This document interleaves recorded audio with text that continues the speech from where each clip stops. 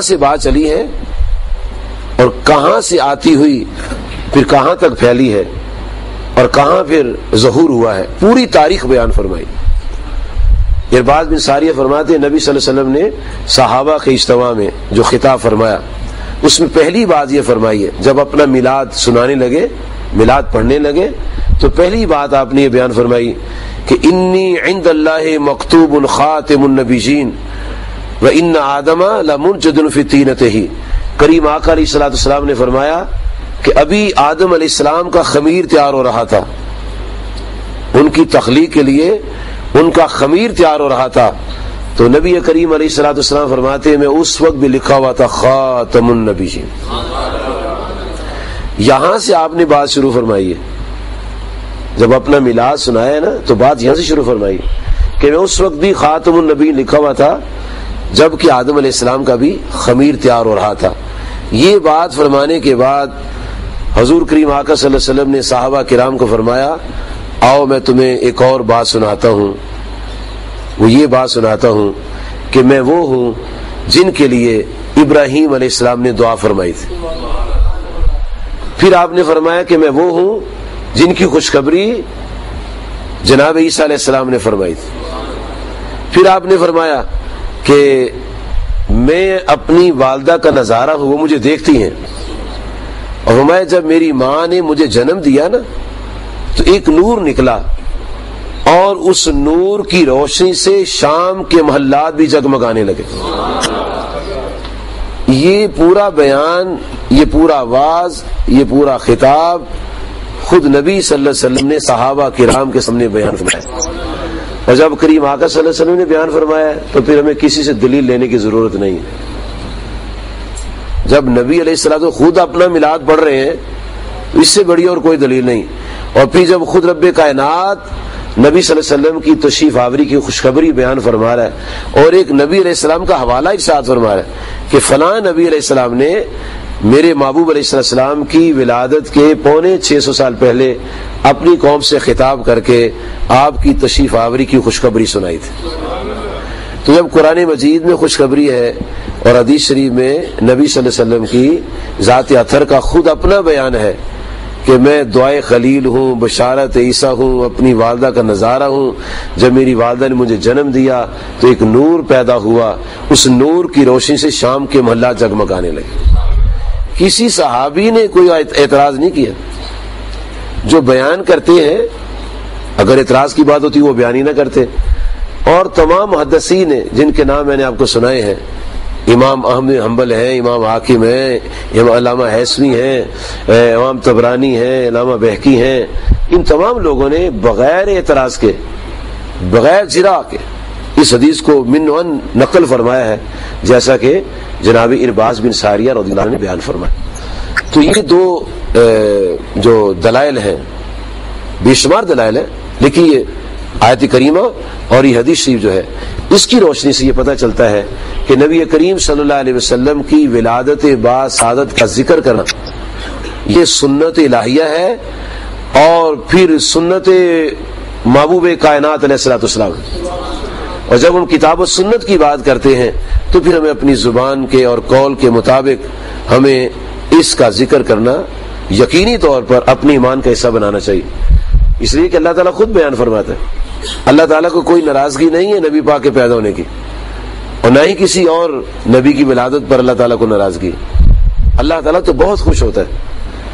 قرآن مجید فرقان حمید میں اللہ تعالیٰ نے چند انبیاء کا ذکر کیا ہے کہ جن کی ولادت کے حوالہ سے اللہ پاک نے خوشخبریاں بھی دی۔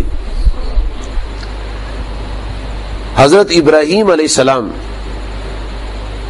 یہ عیسیٰ علیہ السلام سے پہلے کے نبی، اسحاق علیہ السلام سے پہلے کے نبی، یعقوب علیہ السلام کے پہلے کے نبی۔ ابراہیم علیہ السلام اپنی زوجہ مطہرہ کے ساتھ گفتگو کر رہے تھے کہ اچانک کچھ لوگ آئے، اور مائی صاحب نے جب دیکھا تو اوٹ میں چلی گئی، اور جناب ابراہیم علیہ السلام نے پوچھا کہ تم کدھر آئے ہو؟ انہوں نے کہا کہ جناب ہم تو لوط علیہ السلام کی بستی کو تباہ کرنے کے لیے آئے ہیں، انا ارسلنا الی قوم لوط۔ جب یہ بات ان لوگوں نے کہی تو ابراہیم علیہ السلام سمجھ گئے کہ یہ اللہ تعالیٰ کے فرشتے ہیں اور آج یہ ایک اہم مشن پر اللہ کے حکم سے تشریف لائے. تو آپ کی زوجہ مطہرہ جو اونٹ میں کھڑی تھی، اللہ تعالیٰ فرماتے فضائقت، وہ ہنسنے لگی.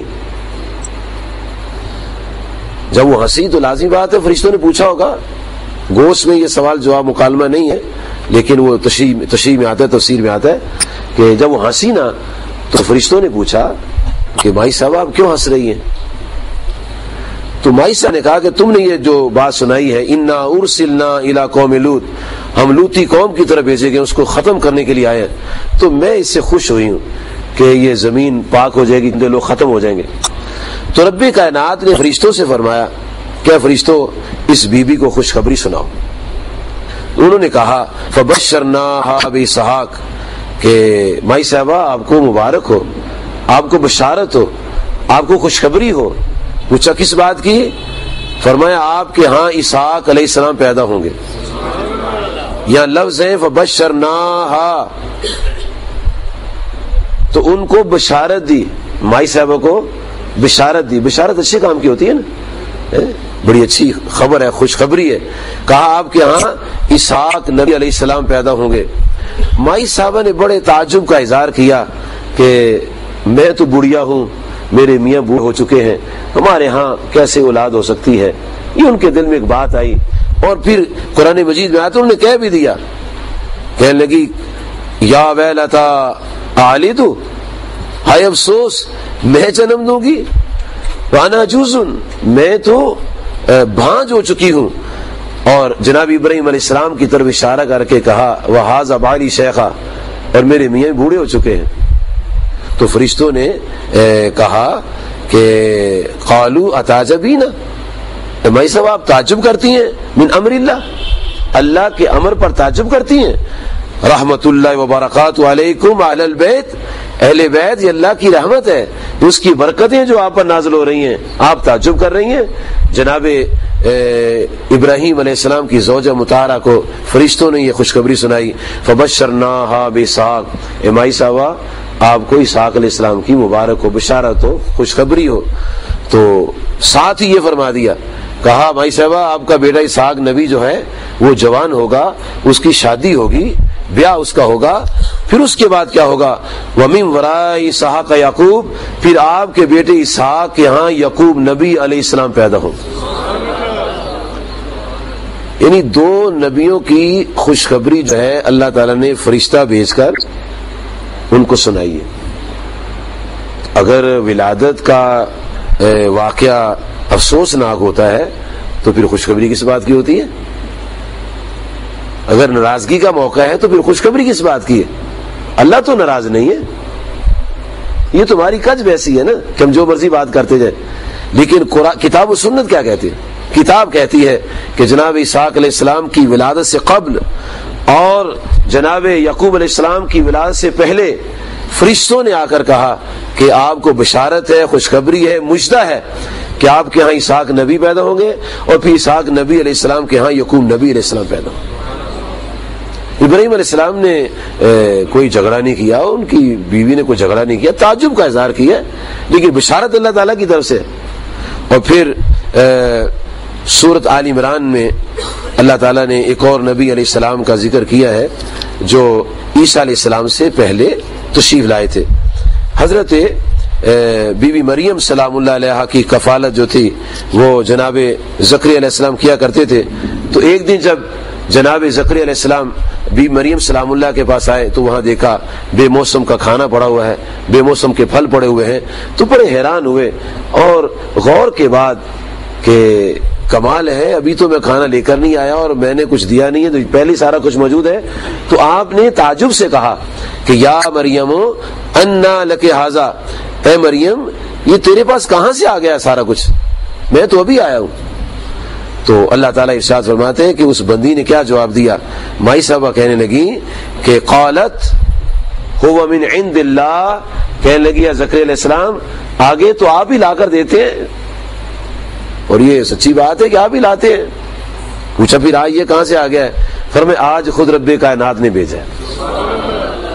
قالت هو من عند اللہ، یہ اللہ کی طرف سے ہے. تو جناب زکریا علیہ السلام نے اس بے موسم کے پھل کو دیکھ کر اجتہاد کیا، فوری طور پر غور کیا کہ میرا مالک کتنا قادر ہے کہ بے موسم میں یہ